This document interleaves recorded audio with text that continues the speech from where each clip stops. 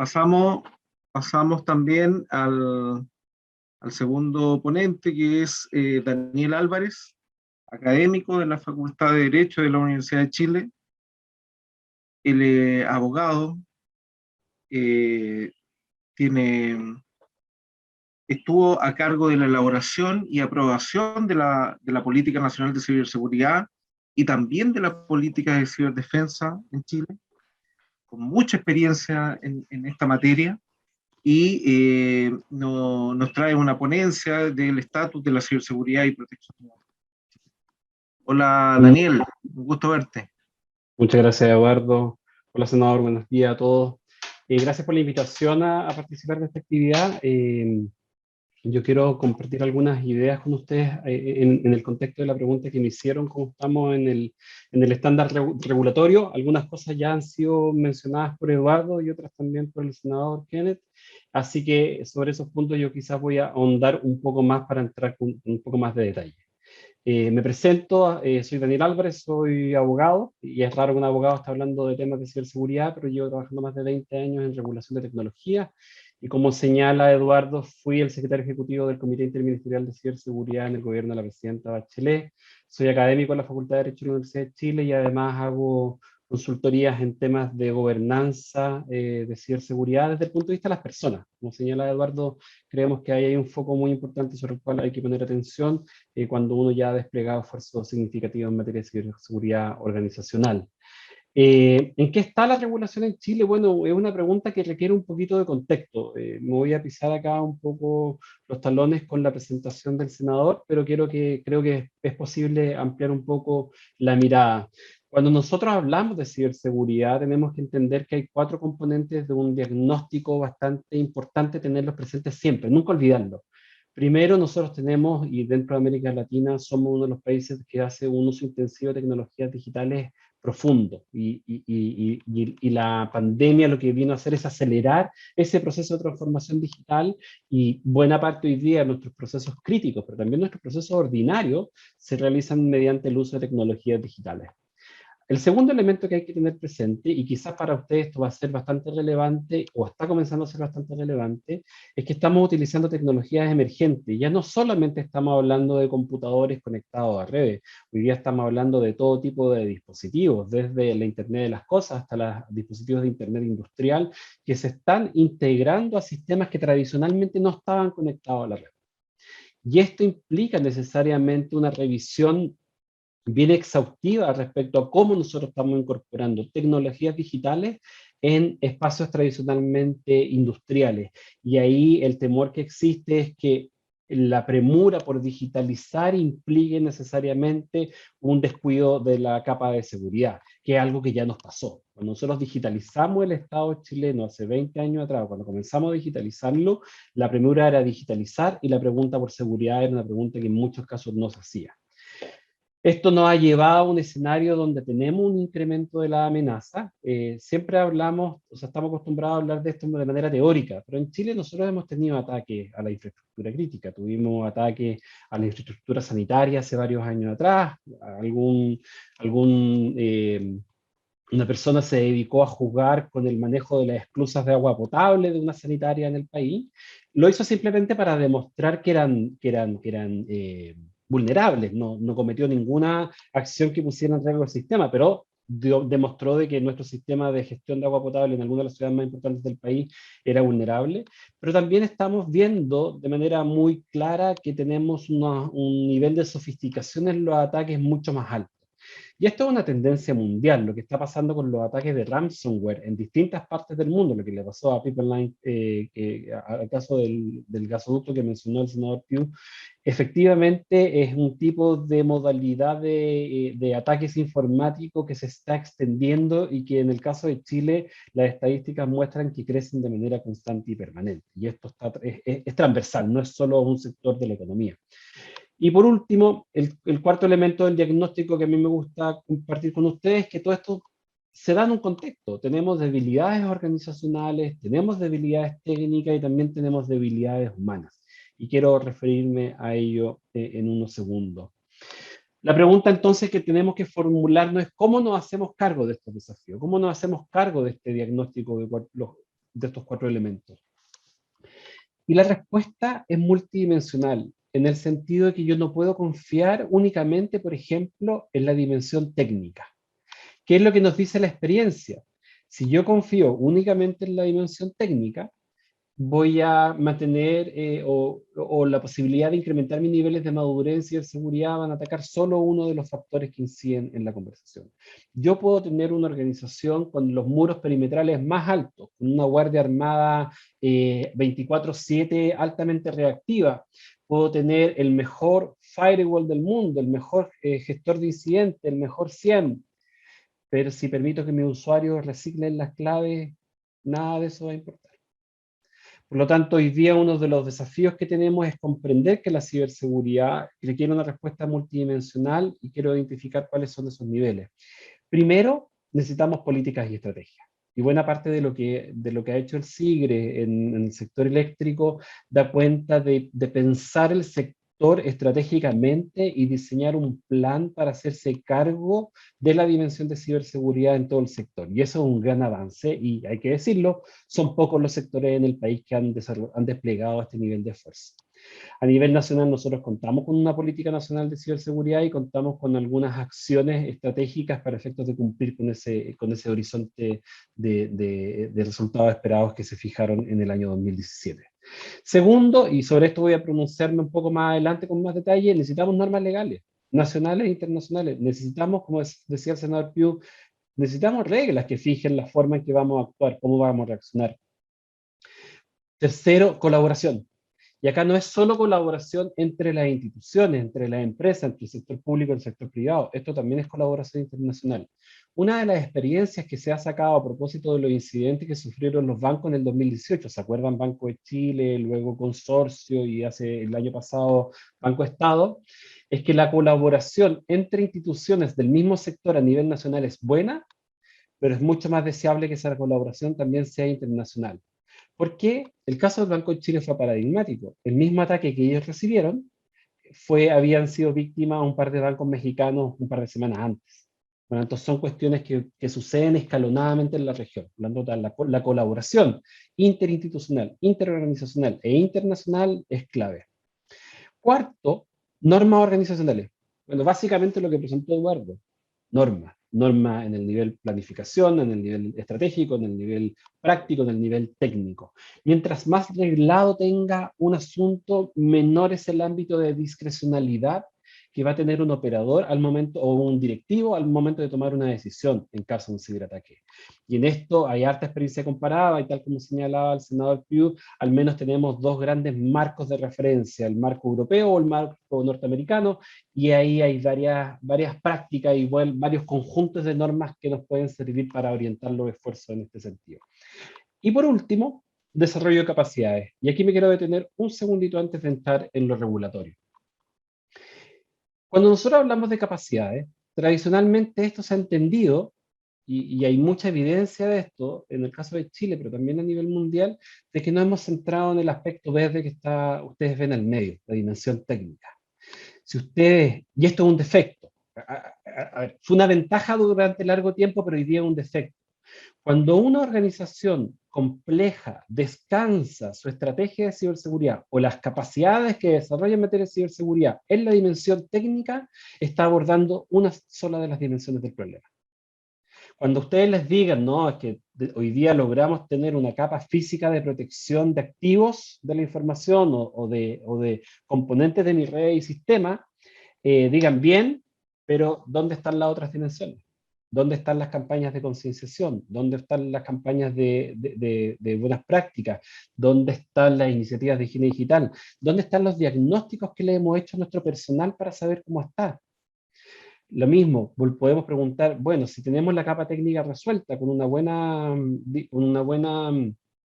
capa tecnológica, bueno, ¿cómo está la organización? ¿De quién depende? ¿A quién responden?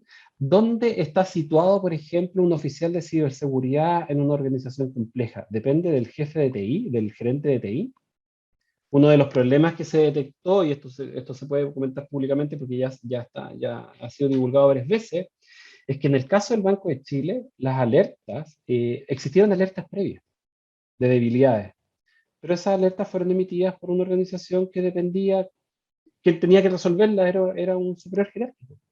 Entonces, la posibilidad de que organizacionalmente fueran capaces de tomar esas alertas y llevarlas a la práctica y poder subsanarlas, no sucedió porque había un problema de diseño organizacional.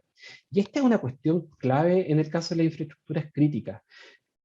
Son modelos organizacionales que están pensados en clave analógica, donde la digitalización es un proceso que está sucediendo en niveles y donde la conciencia de que el componente digital es un componente transversal a la organización y por lo tanto el componente ciberseguridad es un componente transversal a la organización, es algo que yo no he visto demasiado profundizado en el modelo chileno. Y eso es una carencia grave. ¿En qué impacta esto? En que el día que tengan un ataque de nivel alto, con un alto nivel de impacto, probablemente las organizaciones van a hacer un crash importante y no van a tener una capacidad de respuesta. Y cuando Eduardo mostraba los niveles de madurez del sector, que hoy día tengan 0,7 en un rango de 3, es positivo, porque uno pensaría desde afuera de que la situación podría ser incluso un poco peor. Yo tuve ocasión, pero sobre esto no me puedo pronunciar mucho más porque está calificado como secreto, tuve ocasión de ver evaluaciones externas, no autoevaluaciones, evaluaciones externas a algunas infraestructuras críticas y el nivel de madurez era más cercano a 0 que a la tabla con la cual se comparaba. Y este es un componente crítico y aquí tiene un desafío importante. Cuarto, financieras. Siempre esto es una conversación clásica. Estoy muy preocupado por la ciberseguridad. Tengo una política nacional de ciberseguridad maravillosa. Tengo una estrategia desplegada. Tengo normas técnicas. ¿Tengo presupuesto? En el Estado chileno, esta fue una pregunta que tradicionalmente se ha respondido de manera negativa. Recién el año pasado, claro, el 2020, a nivel de gobierno central se firmó un acuerdo con el Banco Interamericano de Desarrollo para conseguir un préstamo más o menos alto para desarrollar este tipo de capacidades. Pero si uno mira sectorialmente cuánto es la inversión y el gasto en materia de ciberseguridad y lo compara, por ejemplo, con el gasto en TI, se va a dar cuenta que la proporción es 9-1. O sea, gastamos 9 veces más plata en capacidades técnicas que lo que gastamos en otro tipo de capacidades. Y por último, dirección, una cuestión clave y las lecciones aprendidas. A mí me gusta mucho la foto que mostró el senador Pugh respecto a Estados Unidos y la gestión que hizo Biden post el ciberataque al gasoducto. Eso es liderazgo. Eso es poner al presidente en la primera línea, lo cual representa un riesgo, pero también representa una ventaja en el sentido de transmitir de que esta es una preocupación del más alto interés para un país. ¿Ya? ¿Y por qué esto es importante? Porque hoy día llegamos, incluso, por ejemplo, en el caso de Estados Unidos hay una anécdota, pero es relevante para clarificar el punto. Estados Unidos acaba de anunciar que ofrece una recompensa de $10 millones para identificar a los atacantes de ciertas organizaciones de ransomware. $10 millones es la más alta recompensa que se ha ofrecido en el sistema judicial norteamericano y es la misma que se ofreció para conseguir datos acerca de Osama Bin Laden, para que entiendan el nivel en el cual se está entendiendo la amenaza del ransomware como una amenaza tanto o más grave como el 17 de septiembre del ataque a las Torres Gemelas. En ese nivel está hoy día. ¿En qué estamos nosotros? Yo aquí soy menos optimista que el senador Pugh, porque si nosotros miramos nuestra trayectoria en los últimos 7 u 8 años, tenemos interesantes esfuerzos a partir del año 2015, identificando la necesidad de avanzar en la planificación política en materia de ciberseguridad en la agenda digital del año 2015.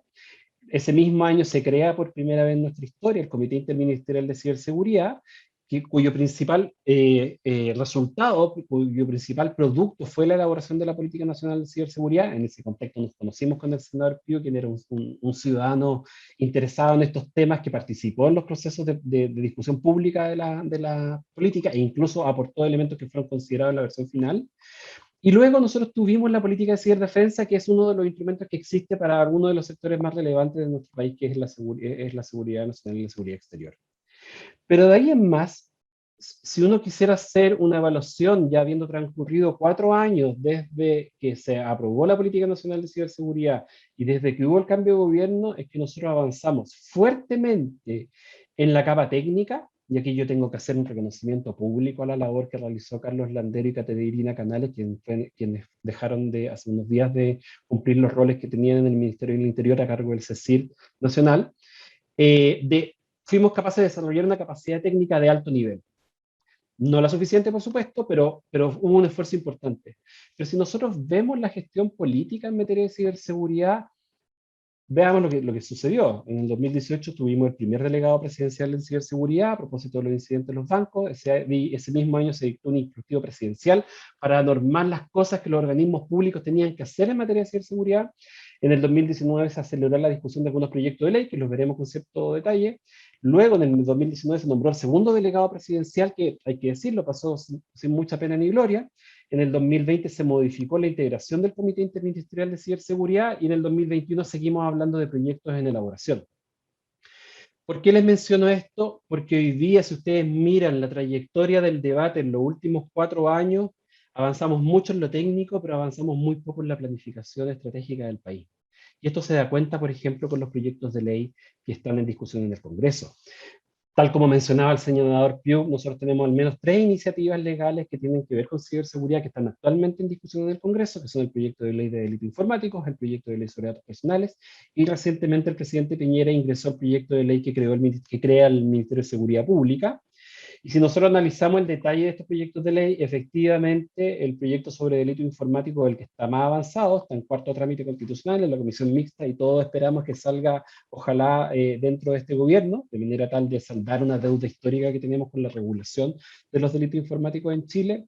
Pero esta ha sido una discusión que pudo haber sido mucho más simple, porque el proyecto de ley tenía 2 propósitos originales: actualizar las normas sobre delito informático y adaptarse al convenio de Budapest, que es el convenio que regula esta materia a nivel internacional, que a propósito cumplió 20 años. Por lo tanto, estamos regulando en base a un estándar regulatorio de cuando Internet ni siquiera estaba completamente masificada, y que tiene un par de componentes muy interesantes y muy útiles, que son los nuevos y los mejores tipos penales, tiene nuevas agravantes, tiene una parte que yo considero que es completamente innecesaria y que si hubiese sido excluida de su tramitación, el proyecto de ley ya sería ley, que son las reglas procesales, porque establece medidas de retención de datos, por ejemplo, que son altamente discutidas en el derecho internacional. De hecho, sin más, hace un rato me llegó una copia de la decisión del abogado general del Tribunal de Justicia de la Unión Europea que propone que las normas sobre retención de datos en los sistemas procesales son afectatorias de derechos fundamentales, que es una cuestión que debiéramos tener presente en nuestro debate legislativo, y que tiene una norma que ha sido altamente politécnica para proteger el hacking ético, y seríamos innovadores a nivel mundial en este ámbito. Este proyecto de ley va a salir, ojalá que salga de la mejor manera posible dentro de las próximas semanas, sino dentro de los próximos meses. El segundo proyecto de ley es el boletín sobre datos personales, que es una iniciativa bien interesante en el sentido de que fusiona una moción parlamentaria con un mensaje presidencial y que tiene un alto nivel de consenso, en el sentido de que si ustedes miran los aspectos sustantivos, no hay nadie que esté en contra de los contenidos del proyecto de ley, y los cuales en materia de ciberseguridad, y aquí estoy de acuerdo con lo que señaló el senador Puy, la obligación de notificar brechas de seguridad es una de las obligaciones básicas que debiera constar en cualquier marco regulatorio vinculado a ciberseguridad, pero también establece estándares de seguridad del procesamiento de datos. Hoy día difícilmente es posible pensar una organización de la sociedad pública o privada cuyo trabajo no esté basado en datos. En el sector eléctrico uno podría decir que los datos son de baja calidad, que los datos personales son de baja calidad o de poca intensidad. Sí, claro, hasta que llegue el medidor eléctrico, hasta que llegue el medidor digital. Una vez que llegue el medidor digital, los datos que se van a generar ahí van a ser de extremada importancia, de extremada sensibilidad, y se van a transformar, al menos los distribuidores de energía eléctrica, en procesadores de datos personales sensibles. Y eso va a implicar un impacto regulatorio importante. El proyecto de ley también establece procedimientos, sanciones y un modelo de compliance, de manera de facilitar el cumplimiento, y crea institucionalidad pública. Sobre esto me voy a tener un segundo. Como les decía, esto es una mezcla, se mezcló un mensaje presidencial con una moción parlamentaria, pero lamentablemente lleva 4 años en primer trámite constitucional. Y aquí tenemos un trauma. Históricamente Chile ha presentado 3 o 4 proyectos de ley donde se crea institucionalidad para hacerse cargo del problema de datos personales, y ninguno ha pasado el primer trámite constitucional. La presidenta Bachelet presentó uno en su primer gobierno, el presidente Piñera presentó uno en su segundo gobierno, la presidenta Bachelet presentó uno en su segundo gobierno y el presidente Piñera presentó indicaciones a ese proyecto. Bueno, tenemos 4 discusiones y nunca hemos logrado superar el primer trámite. Y el punto que ha sido más crítico en esta discusión es la creación de una agencia. Si tiene que ser una agencia autónoma, legal, autónoma constitucional, si puede ser una agencia con competencia compartida, como había sido la propuesta original del presidente Piñera, donde le entregaba esta función al Consejo de la Transparencia, y ahora recientemente se ha dicho que tiene que ser una propuesta donde sea un órgano autónomo, pero los niveles de autonomía que están contenidos en la indicación presidencial, en mi opinión técnica, no son suficientes porque sigue siendo un órgano vinculado al presidente de la República a través de un ministerio. ¿Qué significa esto? Que si ustedes se imaginan a una superintendencia, no sé, la superintendencia de pensiones pasándole una multa al propio superintendente de pensiones o al ministro de Economía, es difícil visualizarlo cuando está integrado en ese nivel en el aparato del Estado. Y las recomendaciones internacionales dicen, y son claras en esto, por ejemplo, las normas europeas o las normas de la OECD, que la autonomía tiene que ser del Ejecutivo, tiene que ser fuerte, en el sentido de que tiene que poder tomar decisiones de manera autónoma. Y por último, de los proyectos de ley que están en discusión legislativa hoy día, hace algunos meses se ingresó al Congreso Nacional el proyecto de ley que crea un Ministerio de Seguridad Pública para distinguirlo del Ministerio del Interior, que tiene una función bastante interesante. Sería quien diseña y evalúa la política de ciberseguridad con el objeto de prevenir, detectar, neutralizar amenazas en el ciberespacio, y esta política tendría que realizarse en coordinación con el Ministerio de Relaciones Exteriores, con el Ministerio de Defensa y con el Ministerio de Ciencia y Tecnología. Bueno, pero, y aquí una de las omisiones, ¿qué pasa con los sectores regulados? ¿Qué pasa con la institucionalidad de infraestructura crítica? Queda fuera de este modelo que está proponiendo el gobierno en este proyecto de ley. El proyecto no tiene ninguna propuesta de institucionalidad, o sea, no resuelve la pregunta de quién se hace cargo de la cuestión práctica en materia de ciberseguridad, y está en discusión, y probablemente, como un proyecto presentado a fines de un gobierno, probablemente va a ser altamente modificado o retocado durante su tramitación. ¿Cuáles son los proyectos que supuestamente están en elaboración? Y aquí lo digo de manera escéptica porque sin perjuicio que al menos he participado en uno de ellos. Se lleva tanto tiempo en la conversación política interna dentro del gobierno respecto a su presentación, que ya estamos a días de la próxima elección presidencial, estamos a meses del término de este gobierno y no se han presentado estas iniciativas que han sido anunciadas varias veces.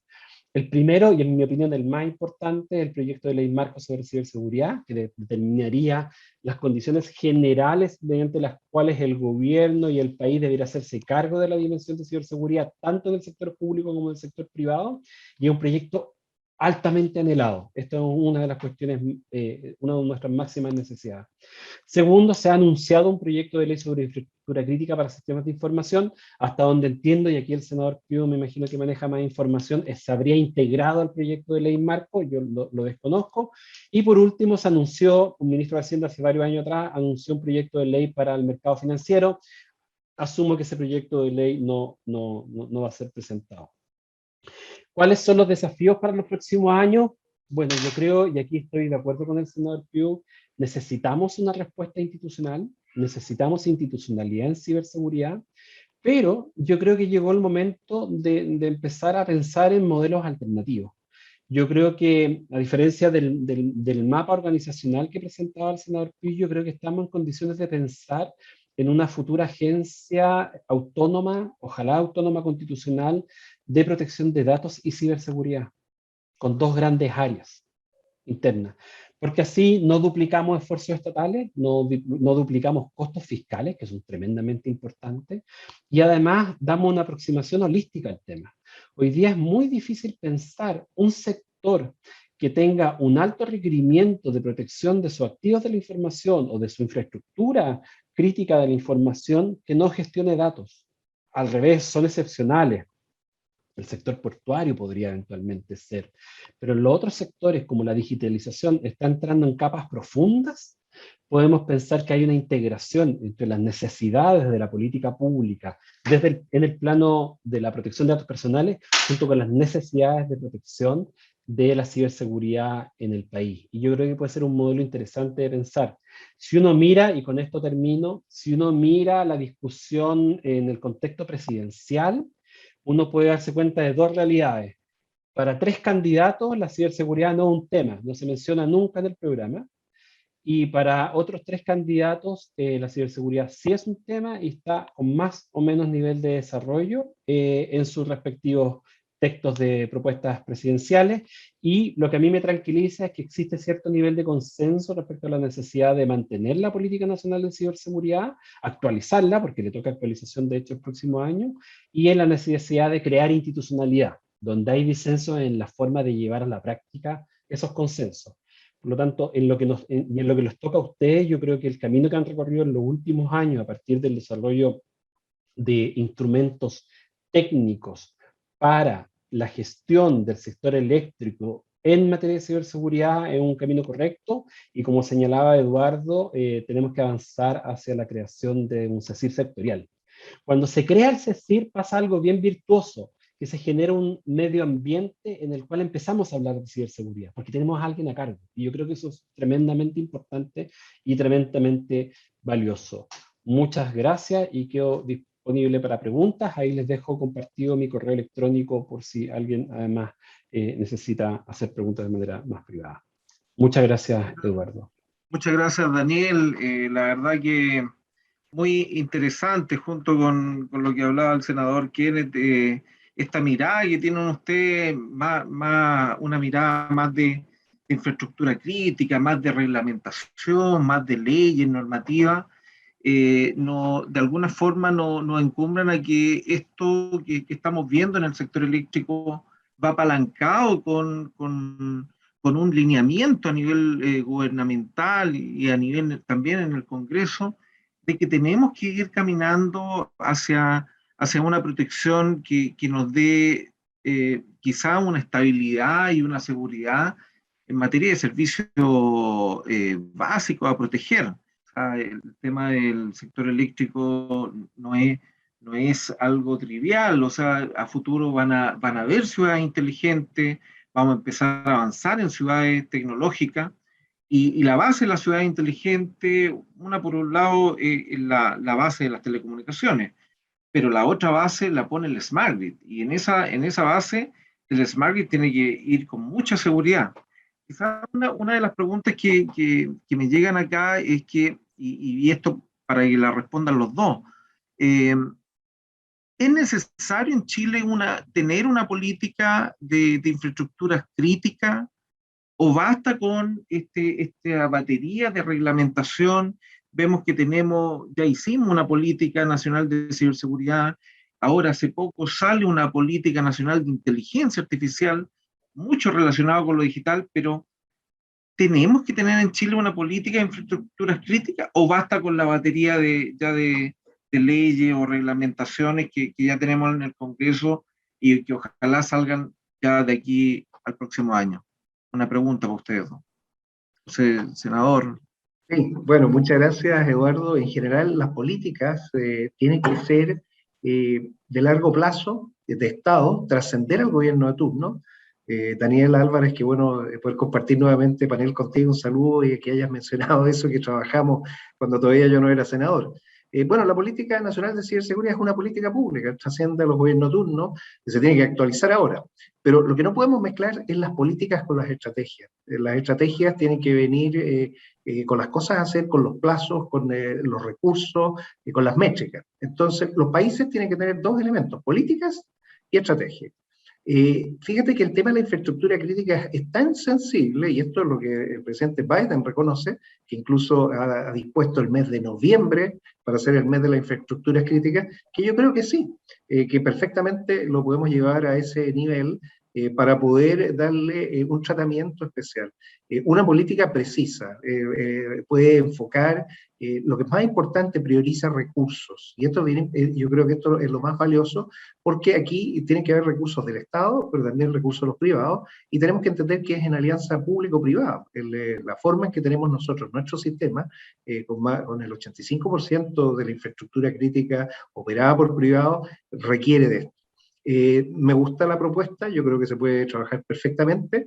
Para responderle a Daniel, la consulta es si al final iban a refundir en la misma ley de gobernanza la protección de la infraestructura crítica de la información. Sí, al menos eso es lo que yo tengo en la última versión. Simplificaron ahí en vez de 2 leyes una. Pero la protección de la infraestructura crítica de la información no es toda la protección de la infraestructura crítica. La infraestructura crítica necesita de protección física y además la virtual necesita de una serie de otros elementos. Por eso hay centros especializados de protección de infraestructura crítica. Entonces yo solamente aportaría eso, yo creo que es importante tenerla junto con una estrategia y eso priorizando recursos y dando cuenta de la importancia que tiene para el país y la vida de las personas. A la larga estamos hablando de proteger a personas que pueden ser afectadas seriamente porque estas infraestructuras críticas sean atacadas. Eso sería, Eduardo, gracias. Daniel.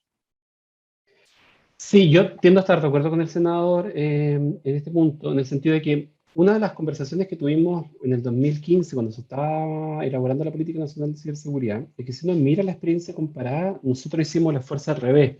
Tuvo una razón esa decisión. Cuando tú haces un levantamiento respecto a cómo se ha hecho el proceso de planificación primaria en materia de ciberseguridad, usualmente el antecedente previo que existe es que los países ya tienen resuelto la discusión sobre infraestructura crítica. O sea, usualmente la política de ciberseguridad es un componente de la política de infraestructura crítica en general, la física y la digital. Nosotros partimos al revés por un tema de madurez nacional. Y yo creo que uno de los grandes desafíos que va a tener el próximo gobierno es cómo logra coordinar internamente las distintas almas que existen en los gobiernos, en los ministerios, para tratar de darle un encauce práctico a esto. Me explico. Cuando nosotros tomamos esa decisión, hacer una política de infraestructura crítica en un país donde la institucionalidad de emergencias, como alguien menciona, como Gerson menciona en las preguntas, es una discusión que llevamos 10 años estancados, 11 años estancados, y tenemos ataques informáticos de la naturaleza permanentemente, si no es un terremoto, es un maremoto, si no es un tsunami, si no es... Siempre tenemos cosas. Abrir la discusión sobre infraestructura crítica era una discusión que nos podía tomar otros 10 años más y no íbamos a tener política de ciberseguridad. Por lo tanto, se optó a decir, dejémoslo a un lado, y de hecho la política lo dice.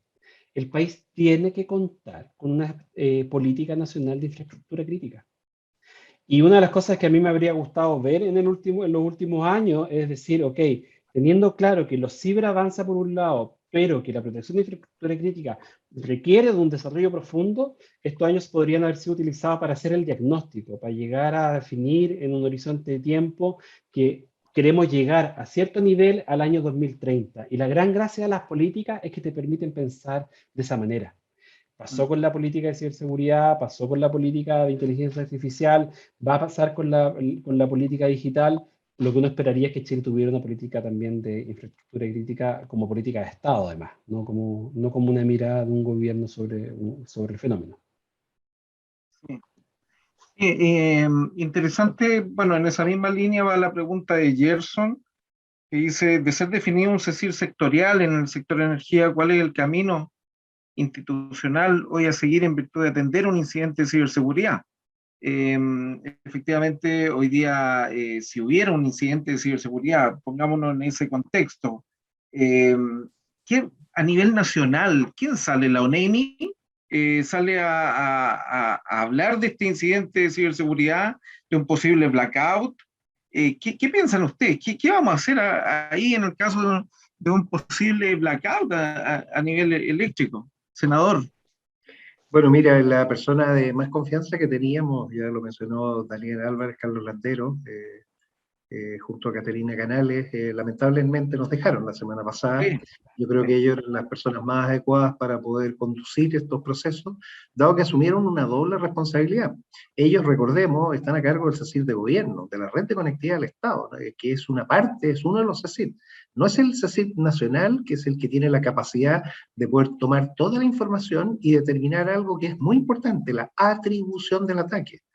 poder decirle al presidente o presidenta de la República quién nos está atacando, qué está pasando, y también decidir cómo se va a responder, no solo comunicarle, que es lo más importante a la ciudadanía lo que está ocurriendo, sino que también las formas. El Estado, si se ve atacado, puede incluso usar fuerza militar. Estados Unidos así lo tiene definido, no están disponibles ataques a su infraestructura crítica, y si reconocen que es un actor estatal el que está detrás, se considera casi un casus belli, es decir, un empleo de capacidades militares tradicionales contra ese ciberataque.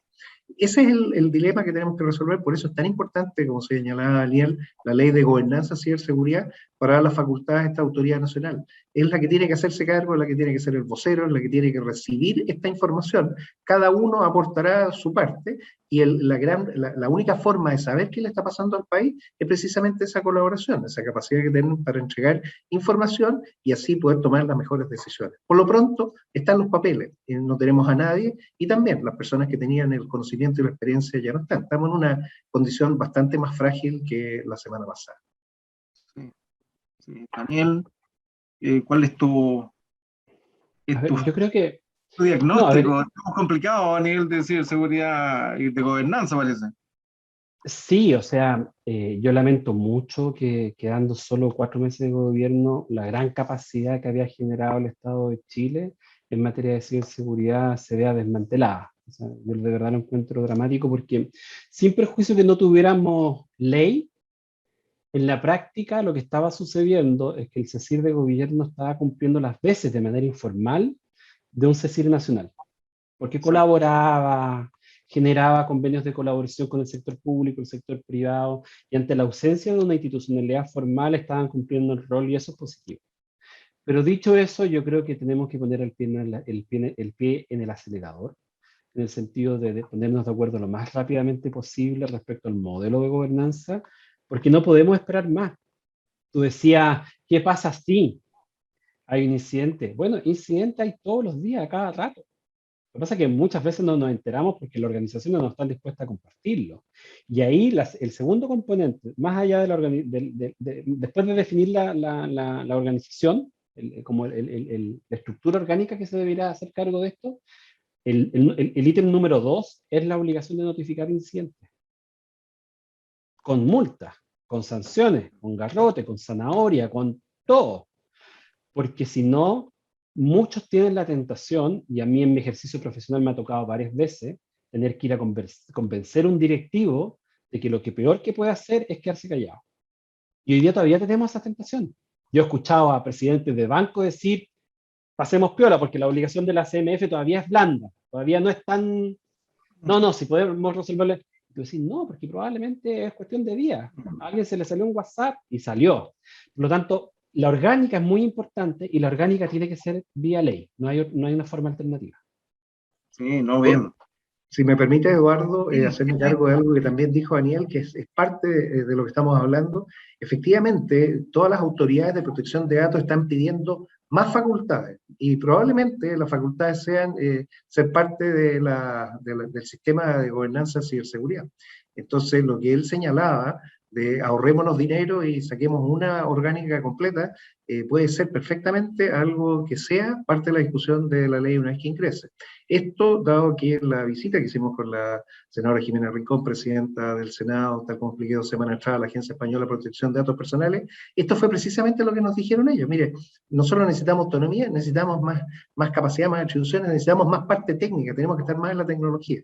Y seríamos quizás un país visionario el tratar de juntar estos elementos, entendiendo que la ciberseguridad va de la protección de los datos personales hasta la protección de la infraestructura crítica de la información. Esa es una buena fórmula también de resolverlo, así que viene un momento interesante por delante. Hay una última pregunta, así muy rápida, que envía Andrés Jauregui, debido a que las Smart Grid no caen necesariamente dentro de las empresas coordinadas, porque el coordinador sacó este estándar de ciberseguridad el año pasado para los 500 coordinados, pero claro, hay muchas Smart Grid que no caen necesariamente dentro de eso. ¿Cuál sería entonces la recomendación específica para que el segmento de Smart Grid también pudiera contar con un estándar de ciberseguridad? Bueno, eso lo mencioné también en mi presentación, en donde hay estándares y hay normas técnicas en ciberseguridad muy importantes, no tan solo la NERSIP que está basada en nuestra normativa ahí que sacó el coordinador, sino que está la ISA, la 62443, están los controles de la Sun Institute, están también recomendaciones y guías de la NIS. Hay una NIS en control en ciberseguridad industrial, la 882. O sea, hay mucha normativa técnica que mientras más normativa técnica, como decía Daniel, mientras más normativa técnica tengamos, vamos a estar en mejores condiciones para poder atender todas estas amenazas.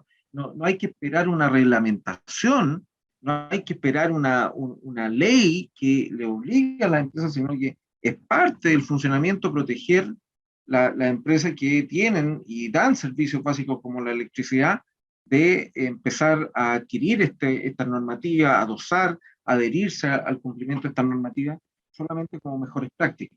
Eso. Así que muchas gracias, Daniel, muchas gracias, senador, como siempre, un agrado que nos apoye y bueno, ya no nos vamos a estar viendo. Me interesó mucho eso del mes de la infraestructura crítica, así que eso lo podemos conversar. Así que muchas gracias a todos ustedes y vamos a pasar ahora al próximo bloque. Gracias, Bueno, Eduardo. Muchas gracias. Hasta luego. Gracias. Hasta luego. gracias.